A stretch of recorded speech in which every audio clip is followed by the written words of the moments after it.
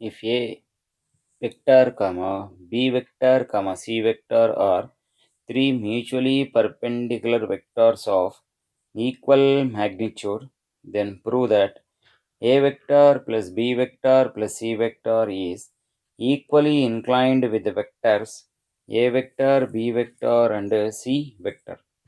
So he said that A vector and B vector are mutually perpendicular vectors. So therefore their dot product becomes 0 and they are equally magnitude, means their magnitudes are equal. So as their magnitudes are equal, first we'll write it as magnitude of A is equals to magnitude of B is equals to magnitude of C is equals to lambda. We'll call it as equation 1. Now A vector comma B vector comma C vector, they are mutually perpendicular vectors, and as they are mutually perpendicular vectors, we have their dot product is equals to 0. That is A vector dot B vector is equal to 0. Similarly, B vector dot C vector is equals to 0. Similarly, C vector dot A vector is equals to 0. We'll write it as equation 2. Now, in order to do the problem, we'll consider the magnitude of A vector plus B vector plus C vector whole square. According to the formula, magnitude of A whole square can be written as magnitude of A in vector A into vector A.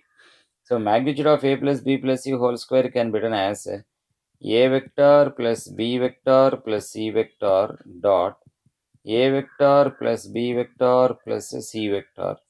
This can be written as by multiplication A vector dot A vector plus A vector dot B vector plus A vector dot C vector plus B vector dot A vector plus B vector dot B vector plus B vector dot C vector plus C vector dot A vector plus C vector dot B vector plus C vector dot C vector.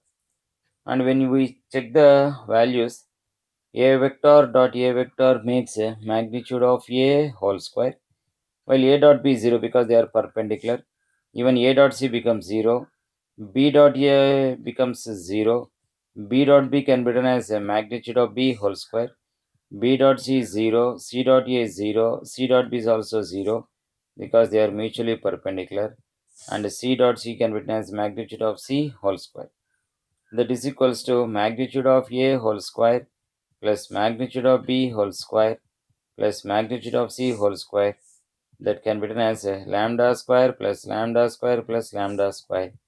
That is nothing but 3 lambda square. So when we take a magnitude of A plus B plus C whole square, we are getting it as 3 lambda square. While taking a square root on both sides, magnitude of A plus B plus C can be written as root 3 into lambda. Now, what we are going to do in the next step is, we'll assume that that is suppose we'll take it as A vector plus B vector plus C vector makes angles as theta 1, theta 2 and as well as theta 3 with the vectors called as A vector, B vector and C vector. Then what happens to the value, we'll check it by taking the dot product as A vector plus B vector plus C vector dot A. This will give, according to the formula, magnitude of A vector plus B vector plus C vector into magnitude of A into cos of the angle between those two. The angle between A vector and A vector plus B vector plus C vector is theta 1. So that can be written as the left hand side can be written as A dot A plus A dot B plus C dot A, that is equals to A plus B plus C magnitude can be written as E, that is called as root 3 into lambda, while magnitude of A is lambda. into cos of theta 1, that is equals to, we will get it as magnitude of A whole square plus 0 plus 0, because they are mutually perpendicular. And coming to the RHS, you will get it as root 3 into lambda square into cos theta 1. And we know magnitude of A is lambda, that is called lambda square is equals to root 3 into lambda square into cos theta 1. In both the cases, lambda square will get cancelled. 1 by root 3 is equals to cos theta 1. And getting this cos to this side, we will get it as cos inverse of 1 by root 3 is equals to theta 1. So, similarly, we can prove that theta 2 is equals to theta 3 is equals to cos inverse of 1 by root 3. So, what happens? Theta 1 is equals to theta 2 is equals to theta 3. Hence, A vector plus B vector plus C vector is equally inclined with the vectors A vector plus comma B vector comma C vector.